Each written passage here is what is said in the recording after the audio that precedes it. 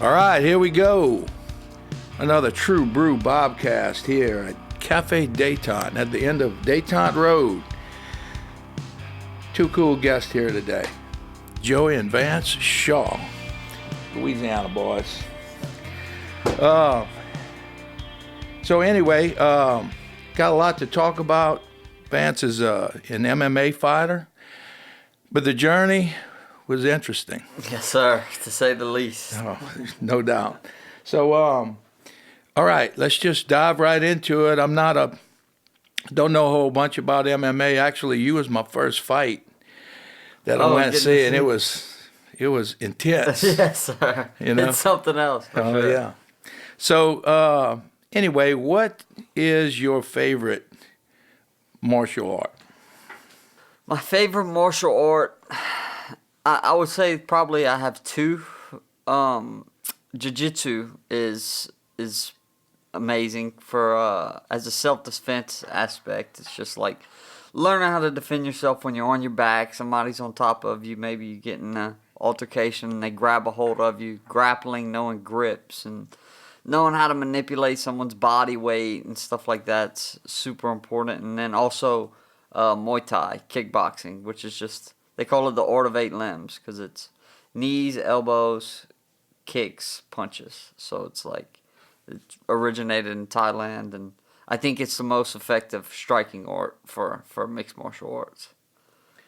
So, I'd imagine the MMA whole industry, or the actually fighting like any other sport, rapidly changing, right? Oh, yes. So like before, if you was really good at one martial art, you can somehow or another position yourself to win. Not the case anymore. Oh, no. So when the UFC first started, I think it was like, 90s, before I was even born. It was like style versus style. So they'd have like a karate guy versus a boxer, or a kickboxer versus a wrestler. And nowadays, I mean, the last true specialist was probably this Russian guy, Khabib. And I mean, he's one of the greatest of all time, but he's the last person I think that was like just truly so dominant in one area that it compensated for his What lack weight of was skill. he? How big of him? He fought at 155, but he probably walked around 195. He's a thick guy. And, Big bone, dude. Big old Russian from the Caucasus Mountains. And I think he's probably the last specialist now. You have to be at least competent everywhere. But you definitely still have people who are better at certain things. You know, you have knockout specialists. You have guys who are leg guy. Yeah, guys who are like super cardio heavy, reliant, good wrestlers. But now it's like it's truly mixed martial arts. You have to be pretty good at, to be in the UFC. You have to be great at everything. So what's the toughest weight, or the most respected weight? Is that when you start getting to that middleweight? The most skillful weight classes are the smaller guys. So 125, 135, 145 are probably the where you have to just be good. You can't rely on much else because we weren't gifted by God with this crazy one-punch knockout power that, you know, the more you go up in weight, the more athleticism plays a bigger toll. So, like, heavyweights, there's guys that train 2 years and can get into the UFC as a heavyweight just because, you know, they're 260 and hit like a mule. Yeah. Versus, I would say the best weight class is probably 155. Probably, it's like that's because most normal guys walk around 185, 195. So it's the most people fight at that weight class. 155 is where Dustin, Poirier Fights at 55. Khabib fights at 55. St. Pierre, those guys. Yeah, so GSP fought at 170. Nowadays, he would probably have to fight at 155 because, you know, back when he was fighting, guys that fought at 170 were 5'10", 5'11", maybe 6 foot. Now I can name 3 guys at 170 that are above 6'1". So it's like he would fight at 155 now. I don't think I actually trained with Gary Tonin, who trained with George throughout a lot of George's UFC career, and I don't think George walked around much heavier than 180 ever. I think maybe like 185. He goes to y'all's gym sometime, doesn't he? Okay, talk a little bit about that. So those guys walk around at what weight naturally training before they cut? How much do they cut? It's another thing that varies weight class to weight class. So like light heavyweights that fight at 205, some of those guys can cut 40 pounds. 40 pounds. To make the weight. Like how long does it take them to cut 40 pounds? 2 months? 2 weeks. So they'll cut the last week. They'll cut like 20 to 25 pounds of water weight. Now, the lower the weight class you get, you can't cut quite as much weight because we just don't have as much weight on us to cut. So I cut 25, 30 pounds every one of my fights, but some guys are cutting 50 pounds, 55 pounds in a month. But he walks around 155, 160. He'll cut down to 135. So when you cut that fast, how much, how you maintain your strength or your stamina? So when you're cutting the weight, you feel very bad. So like when I step on the scale for weigh-ins, it's like if I get attacked right now, I'm like useless. I'm just like a zombie. But as soon as you weigh in, you have like a 24-hour, 27-hour period where you get to rehydrate. Yes, sir.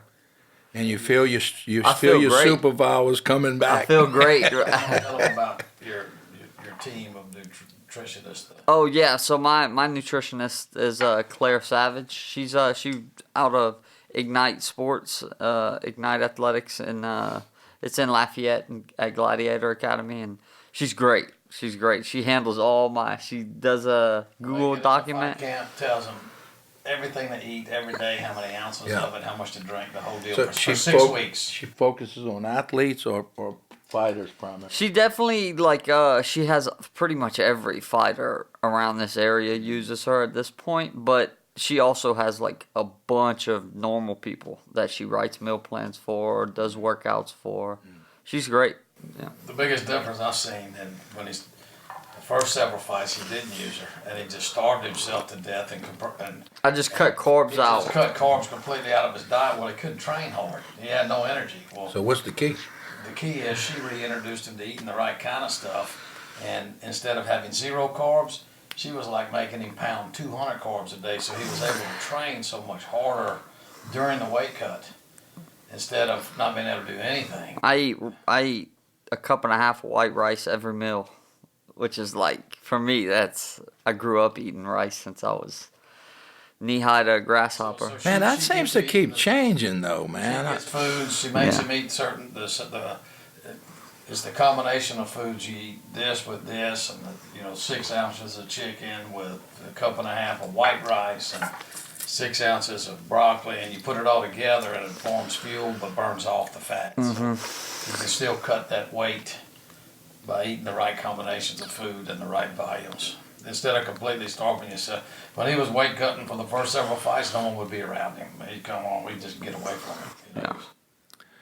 Well, that's good, and I'm sure you understand your body a lot better. Oh now. yeah, it's almost like now your body gets so used to cutting the weight. It's like my body almost knows when it's fight time, because like 2 weeks out, a week and a half out, the scale, it doesn't move all fight camp. I'll stay the same weight, and then like 2 weeks out, it just starts like boom, boom, boom, starts lowering. So it's almost like it's trained to know, okay, we're about to have to do this major weight cut. Ideally, you try to fight twice a year. I try to fight 3 times a year, but this year I'm going to try to fight 4 times. 4 pro fights in 1 year. So you have your first pro fight coming up. Yes, sir. Professional fighter. Yeah. You ever thought you'd be a professional fighter when you was a kid? When I was a kid, that was like, my favorite sport growing up was watching like Chuck Liddell and GSP and those guys, just like. Well, who's your favorite fighter? Ex-fighter? Retired fighter? George St. Pierre. He's the man. I probably would have guessed that. Yeah, he's the man. He's so good. Just Do you so try to good emulate everywhere. him? Do you try to emulate yeah. his tech? So we a lot of the training that I do in Austin, it's all grappling based, and it's like so similar to how he grapples. Explosive takedowns, super good top control. So what did he bring to the table when he came that made him so dominant? I mean, he didn't look like, I saw him a few times, it was like, man, but he had a technique that was, you didn't see before, you know? Yeah, so his thing was he was super like God-given athleticism, but he's also smart, and he would implement different styles fight to fights, and he had a really really good jab, and that the lead hand jab just allowed him to get to his opponent's hips. You hit him in the face, Then their he head can go. comes up, and then he shoots, and he's so explosive on his takedowns. So you saw him take down guys like Matt Hughes and Josh Koscheck, guys that had no business being taken down by somebody who didn't even wrestle in high school. And yeah, he implemented his takedown game super good. And then, when he got you down, he was getting taught by the best jiu-jitsu coach in the world on how to hold you down. And Which is who Vance is going. John Danaher. That's who Vance is with. GSP had a really good style. He would sit in people's a position called full guard, where usually the person on the bottom has more submissions available to do, but he would sit in the closed guard, and he had a super nasty ground and pound game when it came to elbows. He would elbow people, and the blood would start getting in their eyes. They'd panic. They can't see. So when it would get stood back up in the second round, they were so compromised. Their vision was messed up. Their equilibrium was all off. He just beat people like badly, and he's So someone with mediocre technique, but just naturally real strong and a fighter, up against a true trained technical fighter. Who wins that? most like 9 times out of 10 the technical fighter will probably win, but there's always that 10% chance of somebody who can just crack, catching you on the tip of the chin and lights out. But it's like, for that to happen, that person has to have at least a little training, because if not, there's just too many things, especially when it comes to grappling. If you're not trained in grappling, when a grappler grabs you, you're just going to be like a fish out of water. Mm-hmm. It's going to be pretty tough to compensate, even guys who are super strong. I've rolled with a lot of like UL football players. I've rolled with an LSU linebacker, and I'm 150, they're 220, and it's just like, it's still like they can't really do anything because they just don't know where to put their body weight. They don't know when to use their strength. It's interesting. I love it. But. So who's your favorite fighter now? Oh, Dustin Poirier's, Cajun guy. Love him. Man, what a treat to have him. Yeah, represent us. He's a man. savage. He's like. And such a nice guy. He was walking around shaking everybody's hands at y'all fight, and he's a promoter. Yeah, he really loves where he comes from too. I like that. Did you get to work with him a little bit? I've met Dustin before. I never really got to spar or anything with him. He's a bit bigger than me than I am. But my coach Aaron, they got their black belts together by Tim Crater, so they're pretty tight, Aaron and Dustin. So give me some typical days of you in the middle of a training, say approaching, I don't know, 8 weeks out from a fight. Let me shadow you for a day or two. Okay, so in Austin, typically Now, why Austin? So Austin, I train with this guy Gary Tonin. He's a professional fighter and won championship, which is like the UFC of Asia. It's based out of Singapore, and it's spectacular. But that's where he fights, and I got to train with him once because my coach Aaron was working with him, and he needed a good sparring partner to emulate.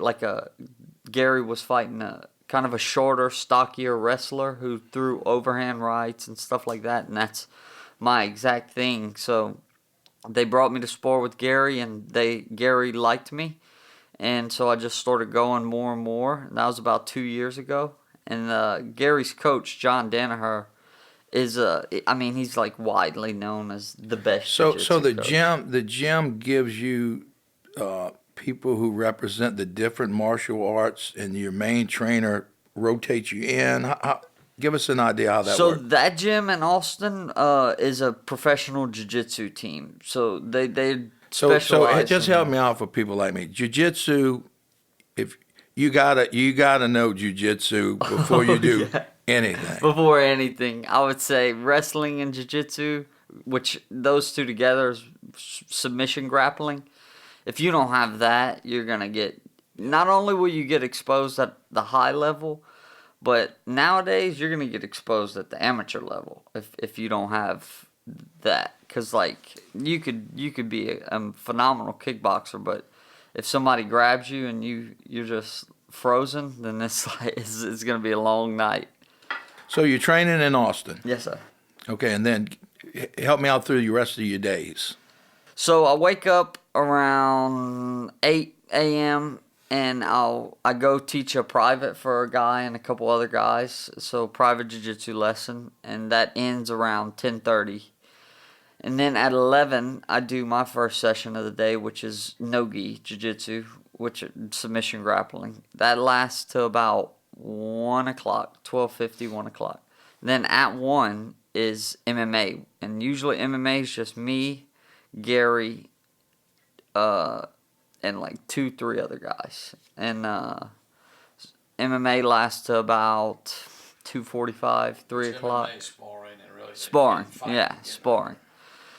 Well, I mean, we do live rounds for 45 minutes in jiu-jitsu, so So a lot of reps, a lot of muscle memory stuff. Like Yeah. if I feel this, I have to do that. Right. Nah, I do that. Like they For sure. pounding it in you. yeah. And then after every session, we go live for about 45 minutes. So we do 5 like 10-minute wrestling rounds in the morning, and then I go to MMA and I do 3 5-minute MMA rounds, and then after MMA, I'll lift weights and do jiu-jitsu again, or I'll skip weights and I train Muay Thai 3 days a week. Now you do heavyweights, or you just try to keep. I have a program that You my go up and down. nutritionist does for me, but typically I don't go. The only thing I'll go super heavy with is deadlift, and that's because I'm confident I with understand the that. trap bar and all that. But yeah, I stay away from too heavy because like I've lifted super heavy before, and it's kind of made me tight and not as flexible and athletic. Yeah, that was sort of my question there. Yeah, All right, so when you're not in Austin, where are you? I'm in Lafayette. Okay, Yeah. doing your gym there. Yes, sir. So Head kicks. at head kicks, yeah, MMA. Hearing fellas. So when I'm in Lake, I live in Lake Arthur, which is a small town in between Lake Charles and Lafayette. And I wake up in Lake Arthur around same time, around 8, 9 o'clock, and I go do my own workout for about an hour and a half, just strength and We conditioning. built the gym in the country. It's a property we own. Yeah, It Nice. has mats and punching mats, a bags. heavy bag, It can stuff do like that. everything it needs. I get after it out there. Then at night I train from 6:30 to 8:30, mostly live round stuff here. How many hours in the morning out there at the? An hour and a half, 2 hours. A lot of running, a lot of I aerobic. love to run. So running is like I'm actually dealing with some complications from running too much right now. I try to run 6 to 10 miles at least 3 days a week. Mm-hmm. Just part of that's just because I love to put my headphones in and hit And the go. road and escape. Vance, how much of this whole deal is a mental game versus physical?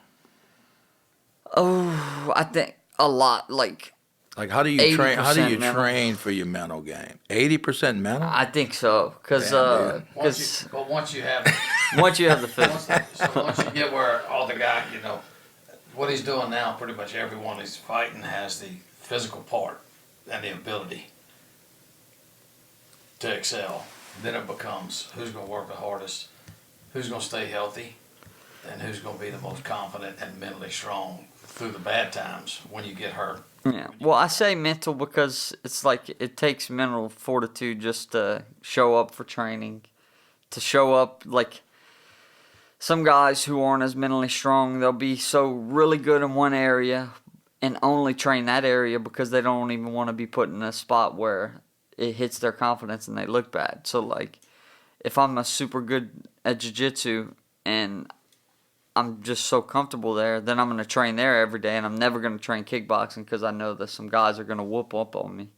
And it's like, yeah, you got to So work what you're bad at. do you do like meditations and different things like that? Do you do different Not yogas and things like that? No, I should do yoga. I should for flexibility and easing So the how do you get mind. mentally strong for this? Whew, yeah, God. I do pray every day, and I guess that is a form of meditation in a way.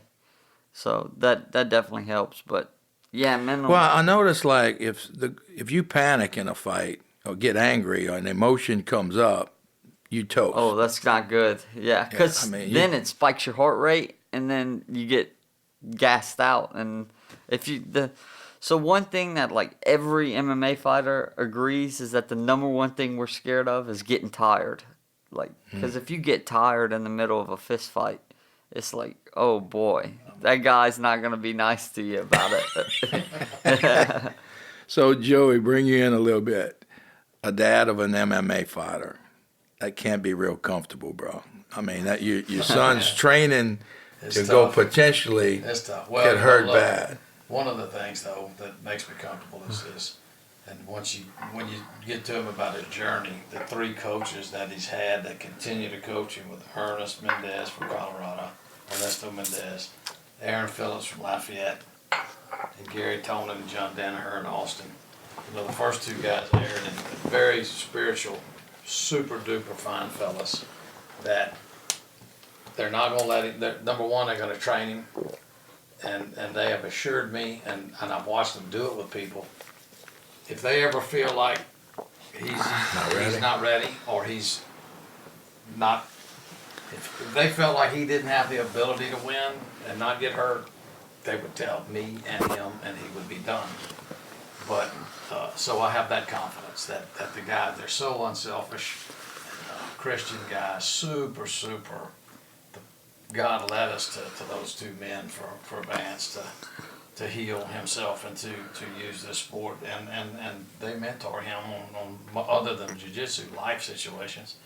So it's very, very tough though. Now I will tell you, I don't enjoy it till it's over and he wins. I can understand and that. before the anxiety, you know, you don't want not only do I don't want him to get hurt, but I don't want him to hurt anybody else. Right. You know, so it's a tough deal, but it's been a great sport for him, and So when you knew he was getting into it, I'm sure talking dad to dad, you started to research and starting to learn something. Well, he tricked me and told me he was just going to do jiu-jitsu.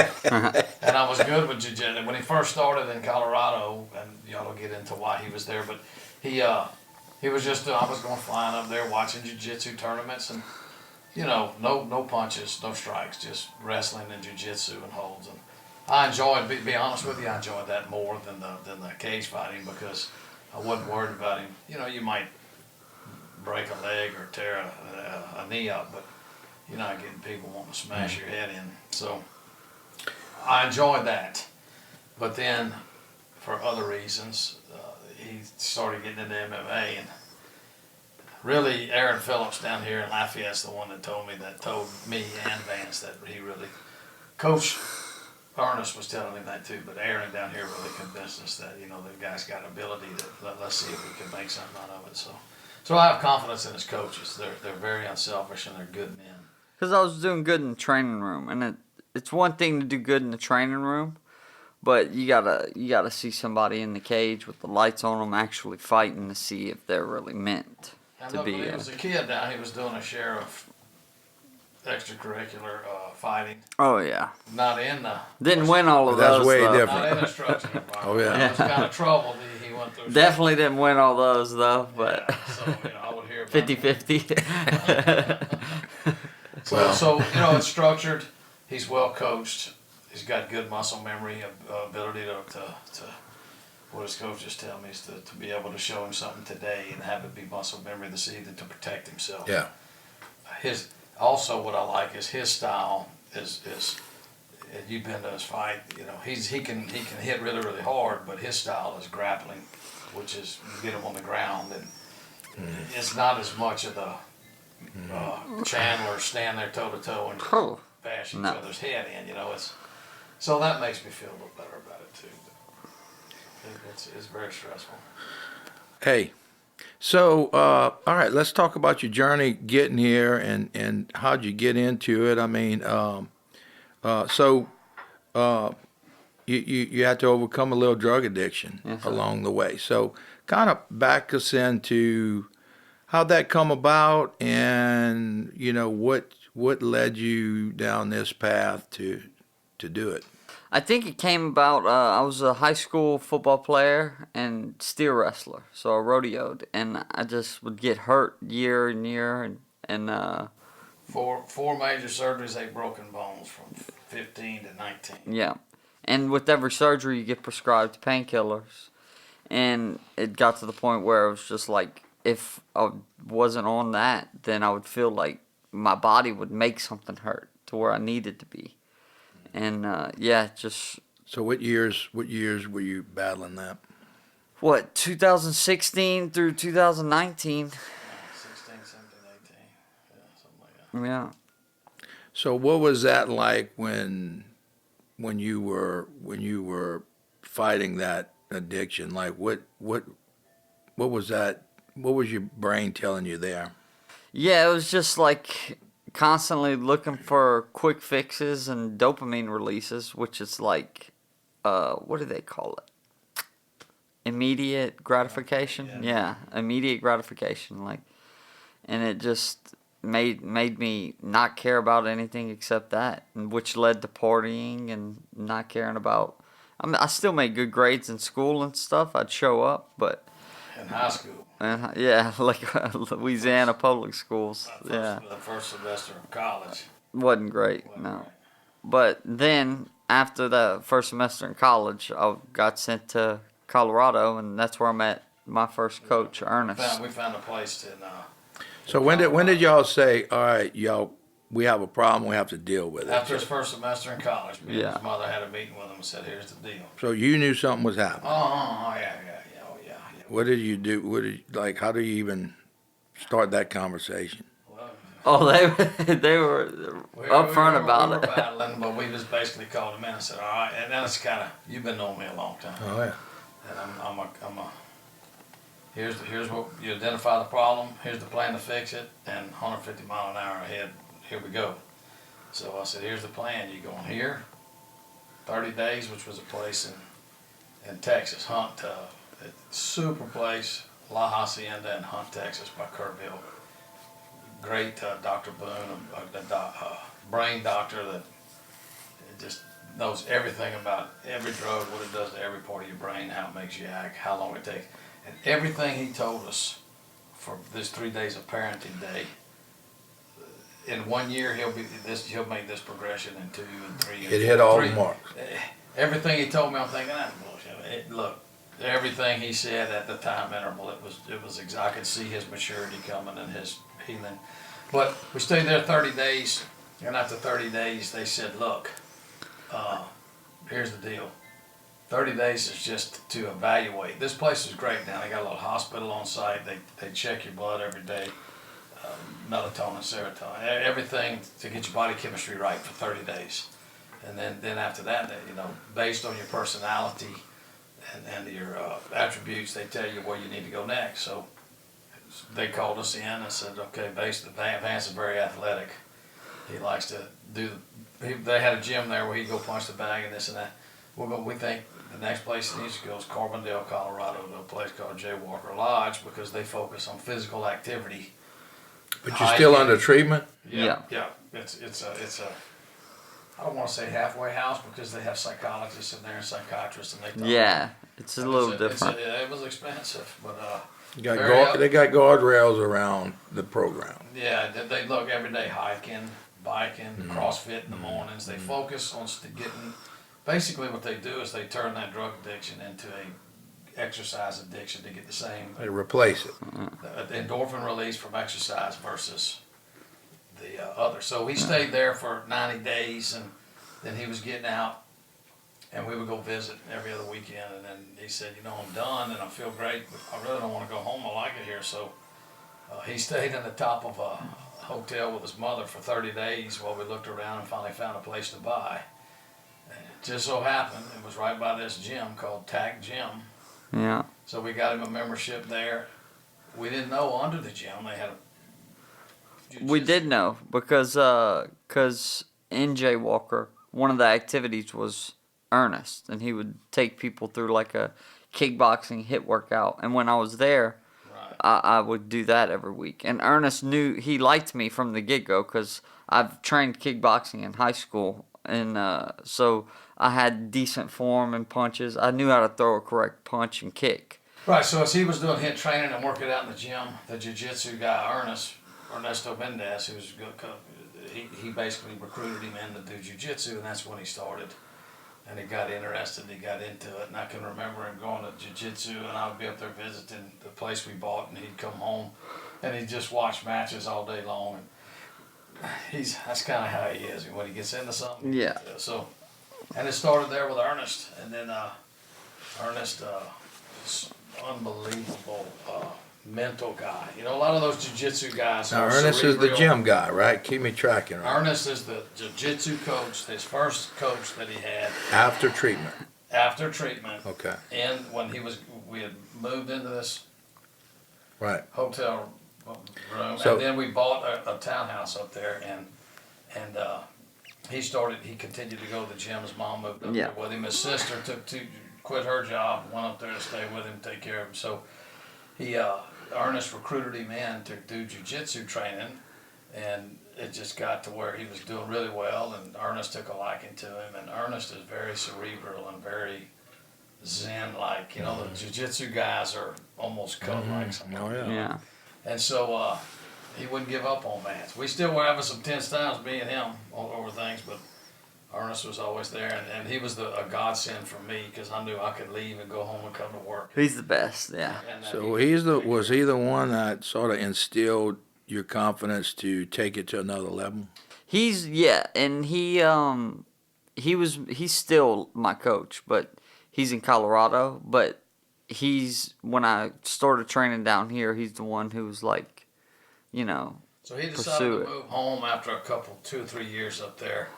So we came down and we started trying out gyms, and just by chance, a guy that worked for Fieldwood, a friend of mine, and Matt, Matt he's with Arena now. Anyway, he said, man, based on what you're telling me about your son, they got a guy named Aaron Phillips at a gym called Head Kicks. Boy, he's a super guy. You ought to try it out. Yeah. We went over there and tried it out. We got all the right vibes, perfect. So what he was doing was he moved back, and he was training at Head Kicks, but then every 6 weeks, for the mental part and the mentoring, I'd make him go back to Colorado and we'd rent a place for 15 or 20 days, and he would train with Ernest, and he was going back and forth until he came back permanent, and then went to Austin to spar, and Ernest always told him, you need to end up in Austin with Danaher. It was Ernest who directed you? No, it was Aaron Phillips at Head Kicks, another super Christian man. He's the one that started training with Gary Tonin in Austin and brought me along one time. So when was the decision, all right, I want to do an MMA fight? 2022. So that was when I was training at Head Kicks for about Aaron Phillips. that was when I was training at Head Kicks for about 6 months and hadn't gone up back to Colorado. So I just stayed down here, and he saw that I was consistent at his gym, and he started getting me fights. And then after my first fight, I went back up to visit in Colorado and met my girlfriend. So that's when it was like, okay, well, now I'm going to have to start going back and forth from Colorado again. Right. And so I started doing So that. we started going back, staying with her when he was up there. So he was splitting time between Colorado and Lake Charles. Ernest and Aaron, best combination. Lafayette. Lafayette, I mean, and so, but then when he went and sparred, Aaron got him to go spar with Gary, you know, the number one jiu-jitsu fight team in the world probably. They liked him and he kept going over there more and more, so him and his girlfriend made a decision to move to Austin because they invited him in to train with them. 2 years after that. Yeah, 2 years after that, going back and forth, they moved to Austin 2 years after that. And so now he goes back and forth between Austin and Lafayette, which is great for us because he's 5 hours away instead of 24 hours away. So I'm going to Colorado after this fight just to hang out with some of my friends and train with. What I coach. imagine is great to mix it up. It's awesome to mix it up. It's And Ernest comes down here a lot. He hadn't missed a fight. He comes to every fight. He gave Vance his brown belt the last time he was here,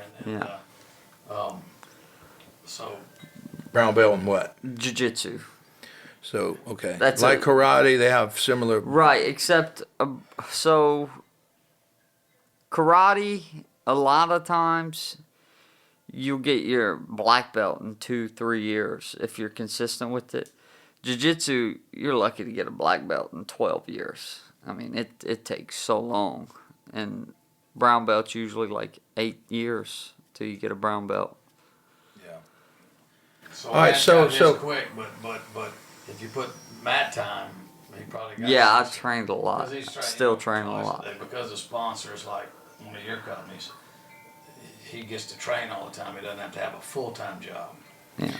So where are you right now with sort of your fighting and your addiction? Is it something that you sort of trying to avoid and like you playing hide and seek with, or do you feel that enough times passed where you got it whooped? Yeah, I think that's so. It's so much time has passed that I don't even think about it anymore. 6 years, February 14th. Yeah, I don't even Totally think about sober. it. And it's like I've bounced at nightclubs and stuff, so I've been around people doing It's not all kinds pulling of, you in. No.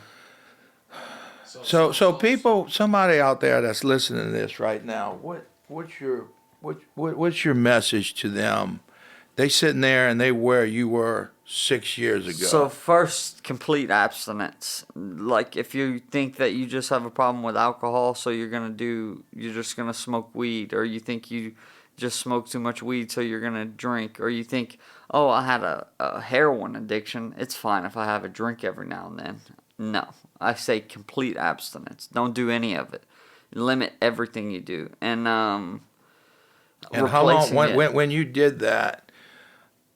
How long before, and you can speak for the doctors if you don't mind, how long before it gets out of your wiring and out of your chemistry? So it takes, some people have to detox for a weeks, but I didn't have to detox too long. Not even a day, I don't think, for me, because painkillers and opiates and stuff is not as bad a detox as like Xanax is a horrible. People have seized out in rehab on Xanax. Alcohol is honestly one of the worst. So detoxes. you saw people fighting addiction with other drugs in your rehab, and so you witnessed some of that. Oh yes, sir. Yeah. What's your thoughts there? Whew, Same message, just a different route, right? Yeah, right. Some drugs are just like you gotta. I think if you have a problem with one, you're gonna have a problem with all. So just completely abstain from all of them. So what they taught us over there is you ask how long. So this guy, Dr. Boone, that gives speeches all over the world about drug addiction in the brain. Basically, at the age Vance was at, what happens when you're younger and you get like that due to injuries and stuff from athletics, he sees it all the time.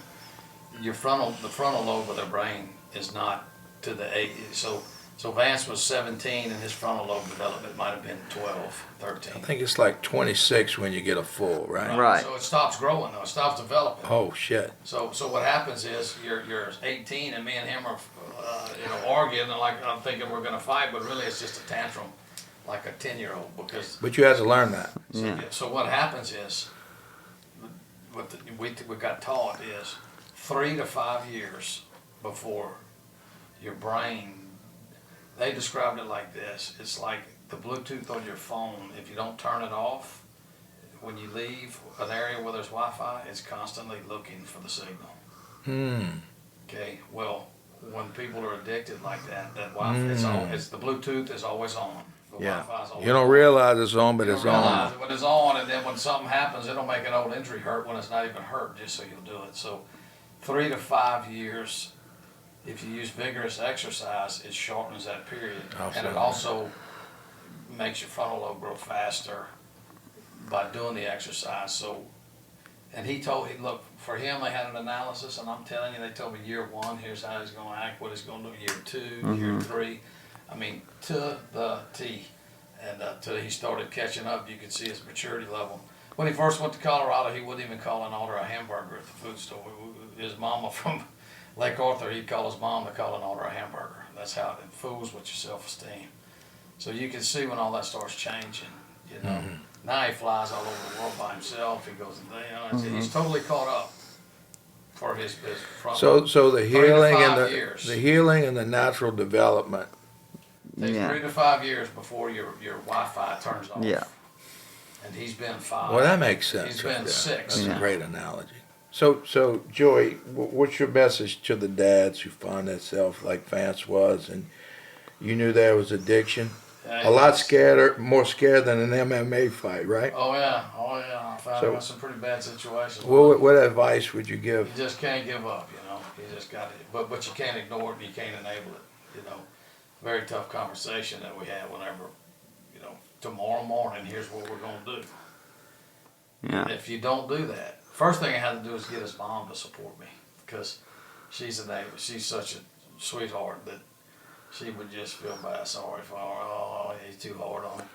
Look, here's what we're going to do, because you're not helping him, you're hurting him. And so she went with me, and when I told him what had to happen, he looked right at her. And if she'd have folded, then he'd have never went, and we wouldn't be sitting here. But Well, the addiction was the enemy, right? that's right. So basically, here's what we're going to do. Here's what's going to happen, and then once.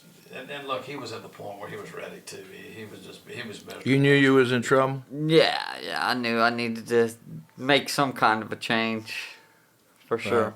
Yeah. So anyway, we went, and it all has worked out. But look, you got to stay on it. You got to attack it just like you do your work or your religion, and you can't give up. You got to support, but you can't enable. Mm-hmm. I can't tell you the first couple of years when I call them, tell them we come and visit. Well, you know, I'm doing better. You just ought to let me come home with you, dope. Ain't happening, you know. And if you keep wearing me out, I ain't gonna go visit. You know, you got to be that. Yeah, diligent with it. Yeah, that's right. So don't give up, and you got to have faith. And you and your wife, you have to stay unified. It really, I'm gonna tell you, his deal really kind of brought our family kind of separated and everybody fragmented, but it brought us all back together again. And the times in Colorado when he was there were the best, man. We'd have Christmases there, and we'd all go up. Where in Colorado? Basalt, kind of south of, or east of Aspen. Yeah, about 20 miles. Well, listen, I appreciate y'all being honest on the show. I mean, a lot of people, it's a little taboo, and people don't like to air out their dirty laundry, but what a beautiful message. I mean, hopefully it gets to some people that you know, people sort of hide and duck and ashamed of it, but it's part of everybody around you, and so you just happen to be dealing with some things and got sort of caught in it. But hey, man, what a great success story. So let me ask you this. So, like, I look at the fighters and you know, the hungrier, you have to be hungry to want to get in a ring and fight. Yeah. So you grew up well off with your family. Did this drug addiction somehow or another give you that hunger or that fight? Was that a motivation? A little Put you in a different state of mind? I think I've always been super competitive, and no matter what I did, I wanted to be good at it. And I think that the getting sober, it forced me to want to have distractions away from it. And the best distraction I could find was training. And so training so much at anything, you're going to end up developing a good skill for it. And that's how it came about. Well, it doesn't just happen, man. I mean, a lot of people, peter out and do this and that. You're how many years you call yourself training? 4 or 5 years, 4 years. Yeah. 2021. That's about 2021. 2021, Yeah, 4 years. But that takes a lot of discipline. I mean, you can't sit Every around day. waiting. Not Yeah. even. I don't skip on Christmas. I did jiu-jitsu on Christmas this year. It's like every day. But you have to if you want to plan on That's winning. right. Yes, sir. I think of it as like, if my opponent trains once today and I train once, we're equal. But what if I train 4 times and he trains once? That means I'm getting 4 times the work that he's getting. You multiply that over a year, and I'm going to be way ahead. Mm-hmm. So every day over in Austin there, he goes in the morning, then he goes right after lunch, then in the early afternoon, then at night. So you're training about 7-8 hours a day. Mm-hmm. Yeah. That's big. Yes, sir. So, what is the typical career span? I know, like you look at a football lineman, he's 5 years. He's whatever. For an MMA fighter, what is? Now y'all have a lot of statistics. It's been Sure. around for a while. Yeah. What do you think? It definitely varies. You see some guys who are 42 winning world championships. But then you see some they don't guys get hit. Yeah, you see some guys at 30 who are like, oh, if this guy doesn't retire right now, he's going to end up getting mushy brain. So I think it stylistically matters a lot. If you're a stand and bang kickboxer, you probably got until you're about 33, 34 years old, and then your brain's going to start forgetting stuff but a grappler, well-rounded fighter, a grappler, I would say 36, 37 years old. I want to fight until I'm like 37, 38 years old. I think that's Professionally, realistic. you think? Yes, sir. Well, I hope you do. Yes, sir. And I hope you know when you've had enough. Oh, yeah. So where do you think, like what is the skill set and where you are now, which is how transferable is it? Like what are you hoping it brings to your life? Like I know right now you're dialed in fighting, but where does it hope to bring you as a human and as a person? Yeah, I hope to be successful enough through a fighting career that I could open up my own MMA gym and help people like me. Help kids and stuff find their passion in mixed martial arts and train them and make a living through doing that. The ultimate goal, my girlfriend is she's very in shape and loves to work out. She's super dialed in with her health and nutrition and stuff. So we can open a gym and she can do the fitness classes and personal training and stuff like that. And I cover the martial arts basic classes. And that'd be the dream. That's the ultimate goal. I might be talking to an investor. Yeah. Maybe. Maybe so. You see it all over. You have 100 kids come in, all of them want to be, but it's one out of what? Oh, probably 10,000. 1 out of 10,000. And they have to have the, yeah. So you'll be teaching to a certain point where it adds value to them, but, not everybody's going to be a world champion, right. Of course. There's a small percentage of the population. I want to put my daughter in it, man. They say if you... Unbelievable. It's great. Discipline and self-esteem and discipline. It can help with their attention span and so much. It's like a chess. It's like playing chess. Like now the human Brazilians chess. was the one who mastered it, right? Yes, sir. So originally the jiu-jitsu, the word, is Japanese, and it can be traced back to like the 1600s. Samurais would wear all their samurai gear.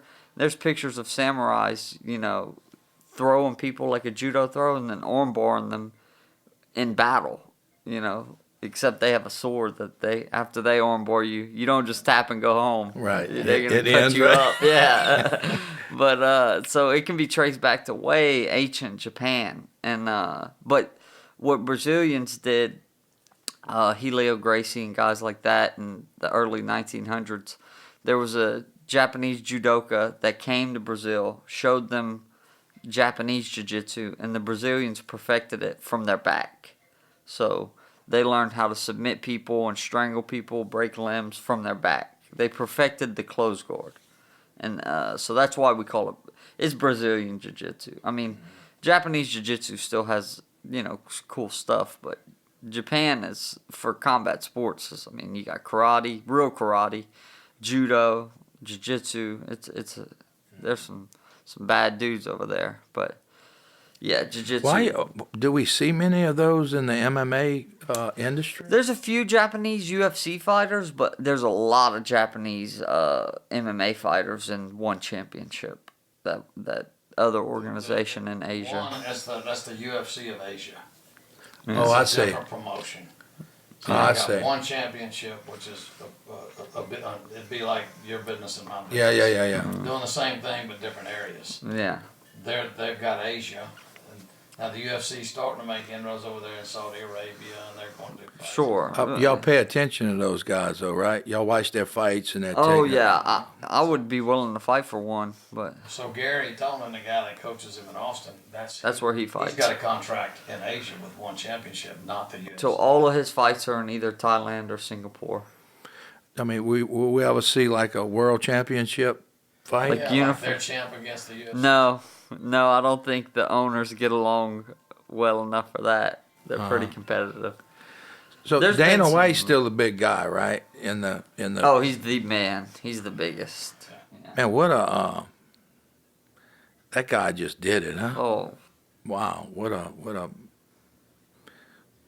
Yeah, he was- made the the man. whole thing, Yeah. huh? he had an idea and like They were very close. He bought the guy out that was doing the tough man contest, and he bought that promotion. And then he well, no, he bought the UFC. So the UFC was started by Rorion Gracie, which was a jiu-jitsu guy. He bought it to show that jiu-jitsu was the best in the world. So he made the UFC, had his brother Hoist in it. Right. Hoist beat everybody. Right. And then Dana White saw that on TV and was like, that's a good opportunity. Got with the Fertitta brothers, bought the UFC. They almost went under a bunch of times. They couldn't find they couldn't find anywhere that would like let them have fights. And then those states would license. yeah, but then Donald Trump Trump out of everybody let them have it at the Taj Mahal in Atlantic City, and from there it kind of skyrocketed. Everybody was like, we like this stuff. Boy, and then boxing kind of went away. We grew up on boxing, dude. Yeah, On live on TV, man. So That with was- boxing, their problem is they never have the best in the world. They never fight each other. It's always like avoiding each other. once every 3 years you get a good fight with the two best guys. Versus the UFC, you have that every month. Right. Two of the best guys are fighting each other because you can't run. If you try to run, they'll cut you. You're out of a contract. Versus boxing, it's like, especially when you get to like Floyd and Canelo and guys like that, they can kind of just pick and choose who they want to fight. If they see somebody that's really good, but that's a bad matchup for them, they're just, no, I don't want to fight that guy. Yeah. So Vance has a girl in the head kicks gym over here that he spars with some. Carly. She's got a UFC contract now. She's doing good. Yeah, she fights March 15th. So help me out on that. So you fighting professional. What is the goal? Like, what is the ladder you want to climb? So I want to get to like the next few years, get to like 6-0, 7-0. Hopefully that comes before I'm 26 or before I'm 27. And then from there, there's a show called Dana White Contender Series. And if you get on that show and win the fight and he's impressed with you, he'll give you a 3-fight UFC contract. So that's how that works. And it's not his people, it's Dana himself. Dana himself, he's Wow, there he sitting and still watching. does that. Yeah. Unless you're just crushing it now. They have people. Yeah, it's circumstantial, but that's just a fast track. You could be, But otherwise, you have to be like 15 and 4. How many fighters in your weight class is in your position trying to get attention to get in? Oh, If in you were to America, probably 1,500.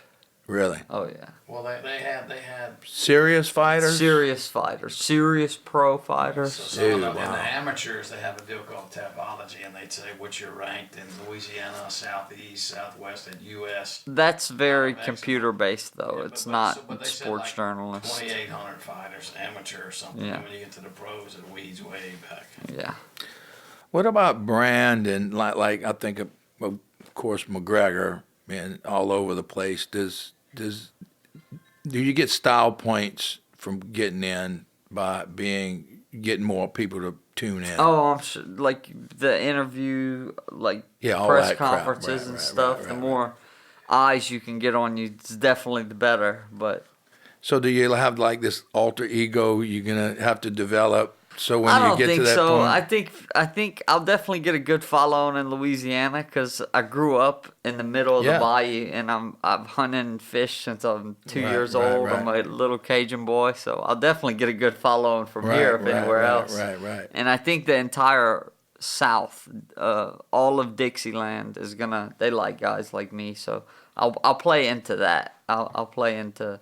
So 'cause if you that's want who 3 I or am. 4 fights a year, so you're looking at hopefully getting a look in a year and a half, 2 Yes. years.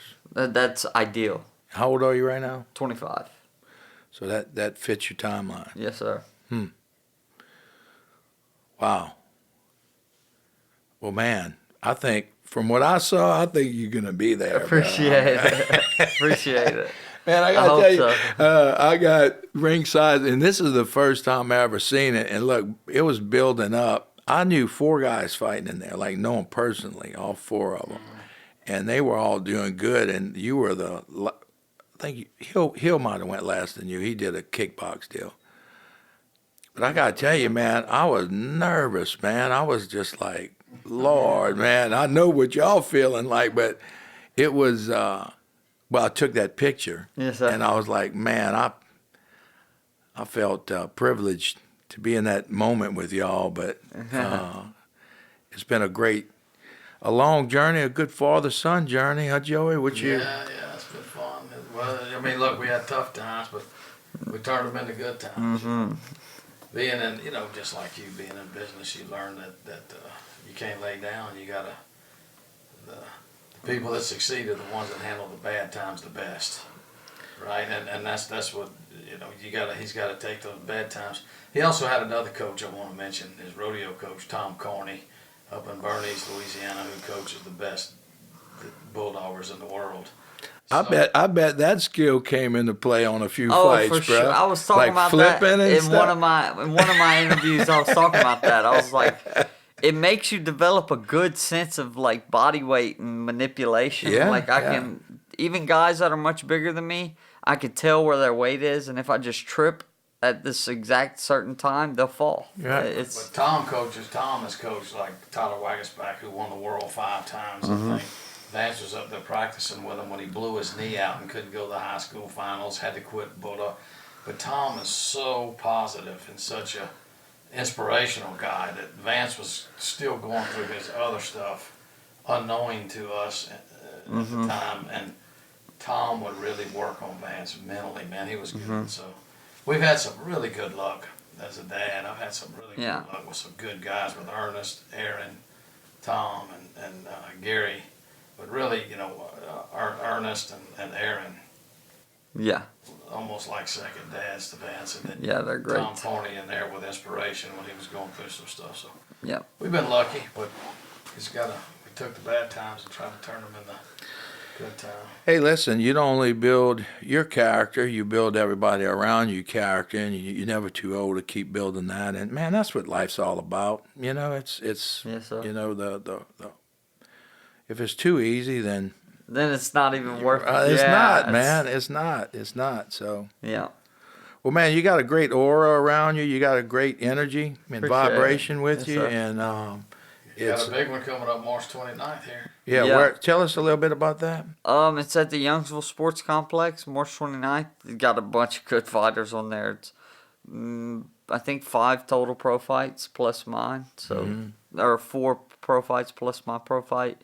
So and then, 10 amateur fights. All Louisiana scrappers. It's All gonna be all good. entertaining, huh? Oh, yeah. These guys down here. Do you get to watch them when you're in the back, or you getting focused? I'll watch some of them as it gets closer. Like, can you see on the screen or something? I'll walk out and actually watch. Okay. But as it gets closer to my fight, so what happens is if you watch somebody, especially a teammate that you care about, it'll spike your adrenaline watching them you fight. don't do that. Yeah. You gotta kind of save it for when you about to have to go. Yeah. And so about 2 fights for mine, I just stay in the back and start stretching, warming up, hitting pads, stuff like that.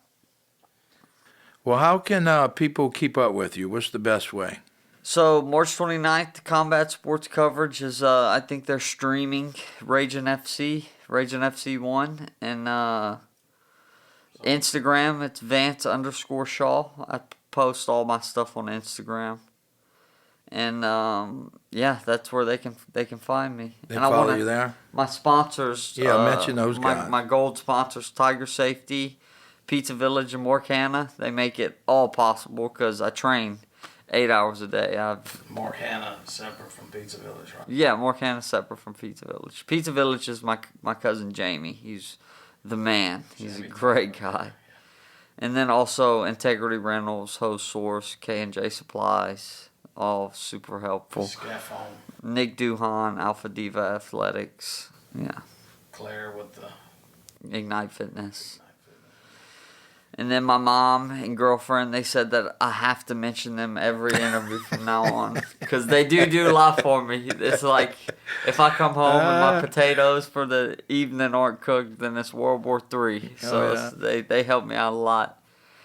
So Cassidy takes care of our little cats, and she does all the stuff around the house, even though she has 2 jobs. My girlfriend has 2 jobs, so it's like she's something between else. her and the sponsors, and I help a little bit. Yeah, and there's keeps the lights on because I'm so busy all the time.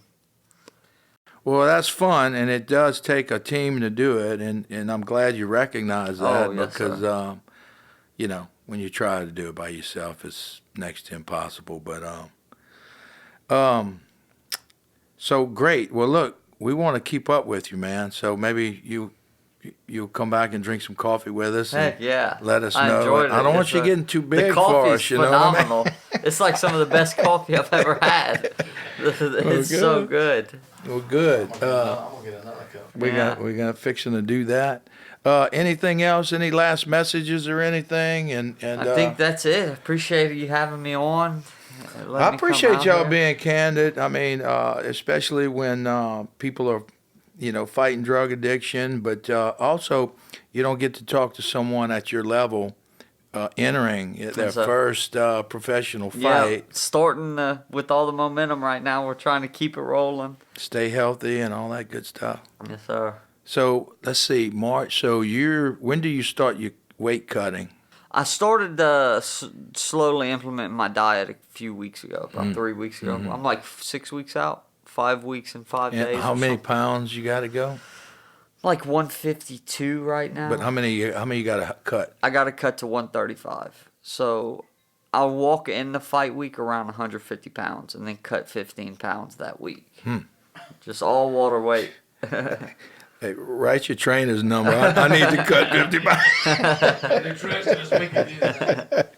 I know it. Well, listen. Tell your coaches thank you again. Yeah, Ernest, Aaron, Gary, John, Tom. Yeah, amazing. All of them are great. I love to have those guys on, man. I bet you they have some great stories. Tom does his own podcast. Oh, really? Steer Wrestling Pod? He does a rodeo podcast. Yeah. And up in Ruston, Louisiana is where he's at. Bernice. But it'd be good to have Aaron. Yeah. Well, we're looking forward to the fight. thank everybody for listening. We have a lot of cool things coming up this spring at the cafe. Y'all tune in, Cafe Detente LA, and Instagram, Facebook. And y'all back, Mr. Vance here. Yeah. Good luck to you, man. Yes, sir. Thanks so Appreciate much. you, all right? Yes, sir. Joey, thanks for coming by. Thank you, Bob. All right, we'll talk to y'all a little later. Stay in touch.